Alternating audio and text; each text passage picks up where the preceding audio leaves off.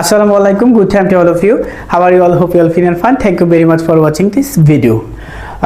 আমি আনোয়ার হোসেন, ওনার of tax S tax association limited.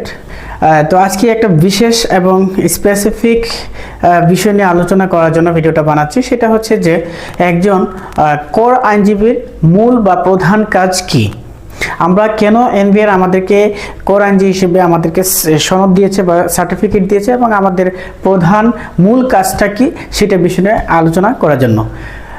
আপনারা জানেন যে আইন 2023-এর 327 ধারা অনুসারে বলা হয়েছে যে একজন কর আইনজীবীর প্রধান কাজ হচ্ছে প্রতিনিধিত্ব করা, অর্থাৎ একজন কর আইনজীবী যারা ট্যাক্সেবল ইনকামদারি অর্থাৎ যারা টিন গ্রহণ করেছে তাদের সাথে যোগাযোগ রক্ষা করবে এবং তাদের সাথে যোগাযোগ রক্ষা করার মাধ্যমে তাদেরকে সুসম্পর্ক স্থাপনের মাধ্যমে তাদেরকে বোঝানো হবে যে কোন বিষয়গুলা যদি আমরা রিটার্ন সাবমিট না করি বা রিটার্ন সাবমিট